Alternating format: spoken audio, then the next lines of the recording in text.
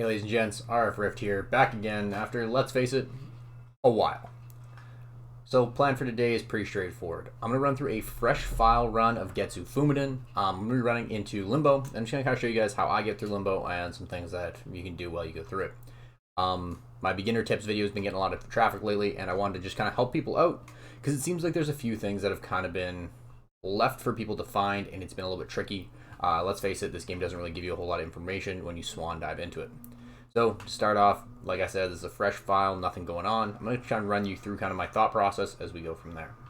But with that being said, first thing I want to tell you guys to do is you need to decide what we're going for with this run. Are you looking to progress through multiple levels, or are you planning to come back to the estate? For this run, I'm planning to come back through the estate, but you need to decide what you're doing for each run. So, with that being said, let's jump into Limbo. With our loading screen here, I'm going to take a quick second to say, Getsu Fuma is set up to have kind of two attack styles. One is the what I call the Leroy Jenkins method, where we're just going to mow through everything all the time. The only time we're going to slow down is when we run into these guys right here.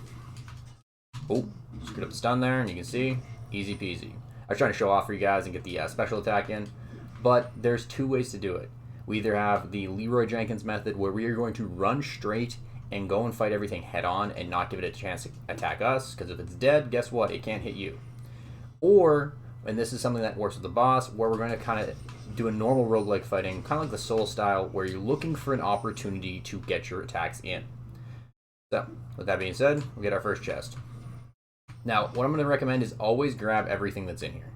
Reason why is because you might not like the sword or the standard katana, so grab everything you can. You're also going to get one soul. I usually use that and put it straight into main weapon right off the hop. You could also hold off and put it into health, which we'll do in a second here. If you time it perfectly with your Y there, or your special attack, you'll be able to kind of do that combo you just saw. And luckily the game gives you a pretty big window for it. It also saves with those Onis, because that's kind of the one that most people have issues with. And we're just going to keep mowing through. With the statue right there, we're not going to grab it quite yet, because I haven't taken a whole lot of damage, and I kind of want to wait until I have more damage taken. Oh, match lock, so we'll grab that, and we'll go from there. I will come back for that. You always want to make sure you are using the statue properly, because it's going to give you a potion as well as a set of resources. So make sure you don't just have a wasted potion, right? Most people are probably like, yeah, Riff, that's pretty self-explanatory, but the amount of times I've screwed that up is quite often. We're going to roll through this guy. Now, with this being the big boy, we're just going to combo him through the back. And when I say big boy, I mean the elite. What we also could have done there was done a little bit of animation canceling, which I will show here relatively quickly. We'll come back for that in a minute. As I mentioned, we're just going to continue through everything here. Now, because this is a run where I'm looking to get as many resources as possible, I'm going to grab all enemies I can. I'm going to fight everything I see. I'm not going for speed here. I'm going to make sure I complete everything, because the more things you kill, the more resources you get. So, one sec. Take a quick look at our map, because I'm going a little backwards there. Yeah, easy. Let's go this way. And we'll go from there. Now, you might be like, hey, Rick, you haven't used your soul yet that you picked up. I'm going to hold off on that, as I mentioned, until I have 3. Reason why is because the health increase is huge. I don't know about you guys, but I get hit. And when you die, you die. You don't get to continue with this. It is a roguelike. You start back from the very beginning. So, you always want to at least make it to the boss. So to do that, want to at least make sure we can get the complete boss, and health will help us do that. Oops, screw that one up. So try to do the Y thing again, where our special attack. If you're someone who's like, hey,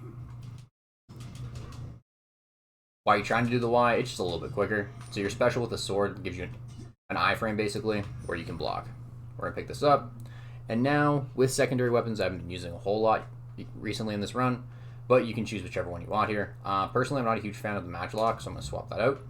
If you someone who are, feel free to use it. With Getsu Fuma, I feel like there's a lot of things that allow you to play whatever you want to play. If you're someone who likes, oh my goodness, likes to use the kunai and the traps and stuff like that, feel free. If you're someone who's like, nah, I prefer the match lock and the bow, awesome as well. The biggest thing is to make sure you have at least You want to have at least one secondary weapon because they just help you supplement your damage, and it helps you kind of mow through your combos faster, which I'll show here in a second. Alright, so there's our completed loop. We just gotta go downwards. Now, if you're someone who's watched my beginner tips on getting through Limbo video, you'll notice that I have a kind of a map layout where you'll see a standard map where basically with Limbo, we're always going to be starting below our starting point. So where we start at, we'll start at the top and we'll end right below it usually. So you're just going to complete a loop through it. But for this video, obviously I'm showing you as many things as possible and trying to just run through the whole run. Pick up everything you can. Gold is not something that really matters. You don't really care about gold because guess what? It doesn't stay with you when you die, and you go from there. You see I threw the bomb in there to try and speed up our combo, and we'll go from there. So this, relatively straightforward now. I'm going to roll through these guys, kind of do that Monster Hunter roll where you're going to try and roll through damage, because you can actually roll through the monster. So with Onis, to guarantee, hit 3, roll through, hit 3, roll through. If you want to get fancy, because you want to style on them and flex on them, make them look like, you know, I don't know, you're putting a YouTube video together and you want to pretend you know what you're doing, you could do that. But, let's face it, you might screw it up a few times. Not saying someone's done that already.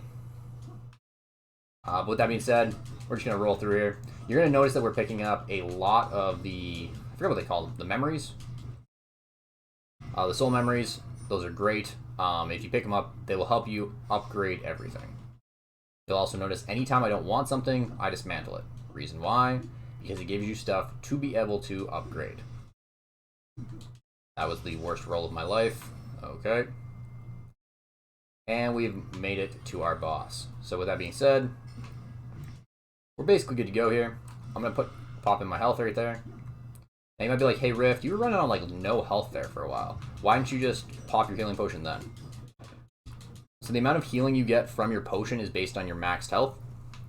So, because I waited it out thinking that I wouldn't die because, you know, I was being a little bit ballsy, it actually gave me more health. And we can go from there. I'm not going to take kunais. I like what I have for my weapons, for my secondaries. They'll help us a lot in the upcoming boss fight. But make sure you're dismantling everything.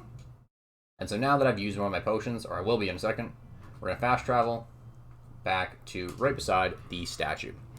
So with this, quick couple things I'm going to take a second to talk about. So now that we healed, we get 600 out of that. We probably only would have got 500 from the first one if we did it without. Pick up our resources and pick up that. So now, quick thing I said about animation canceling. You'll notice if we do our combo here, we have a set amount of time before we can start a new one. If we were to 1, 2, 3, shoot and then go again, it actually limits the time in between combos. It actually makes it so we can combo faster and put out more damage. And we get our ammo back as we go through. So feel free to try and kind of put that into your combos to just maximize your damage. Now, you have to do that? No.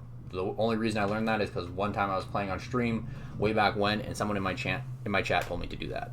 So with that, here's our boss fight. I'm gonna take a quick second. I want to make sure we have all of our ammos set up, and we'll go in.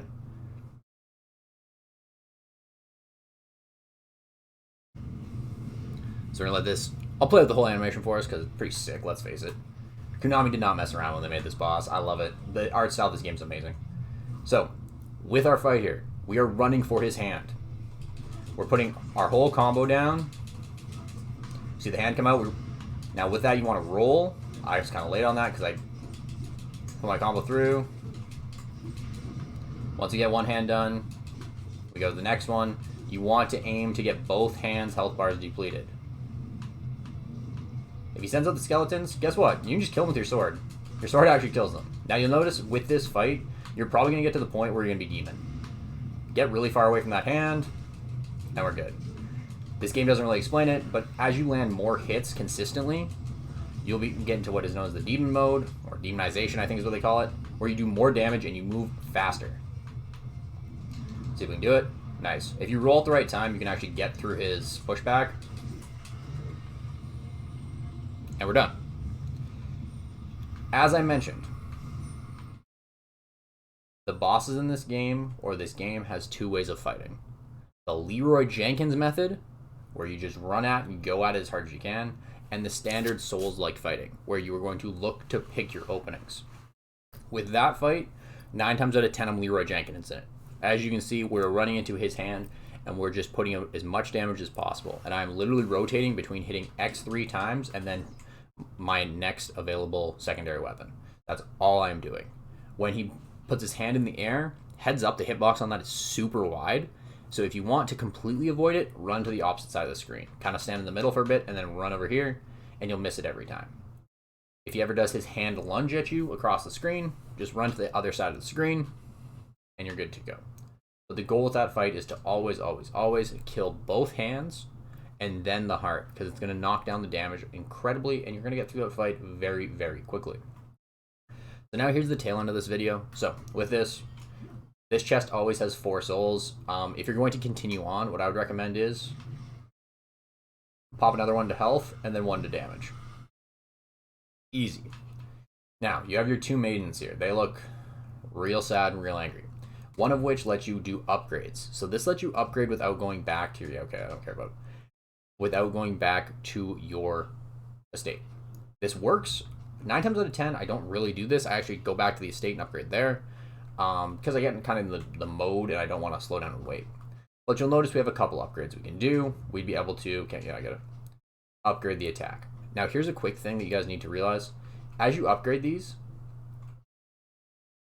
the more swords you unlock or the more weapons you unlock, it doesn't mean they're going to be stronger. In fact, they're just going to be situated for different situations. They're going to be better at one thing. The Nameless Katana actually is the one that has the most damage stacked into it. For the most part, I might be a little bit wrong. I haven't looked at all these since they did the full update. And the King Katana, if you'll look at, actually does stuff where it does break attack, which when you're doing that break, that's when you're going to hit the monster enough times where it'll fall into its knees and you get that big stun attack that kind of like goes across the whole screen. Other than that, let's talk about the last part. So if you are someone who wants to upgrade, this is where you do it. I personally usually wait till I get to the estate. This lady, though, Blue Lady is our best friend. I don't know what her name is, but we're going to call her Blue Lady from now on.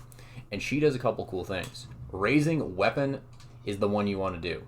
If you were looking to run this and you were looking to get deeper into a run, what you want to do is make use of our soul memories. Now you see I got 10 up there, that little purple smoke crap.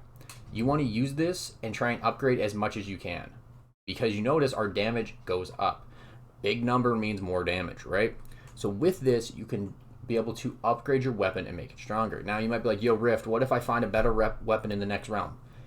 Dismantle the weapon you switch to, and then you'll get some of your smoke back. With that being said, this is also a good use for your money. You notice that I didn't even go into the shop because it wasn't worth it. 9 times out of 10, the only time I go into the shops is when you get a little bit later in your runs. There is chances to get resources, and I go for those ones because I'd rather have resources to upgrade. Other than that, that is our first run. Now, I am not going to go to Hellfire Cliffs here. What I'm going to do is keep running, and I'm going to go to the Getsu estate.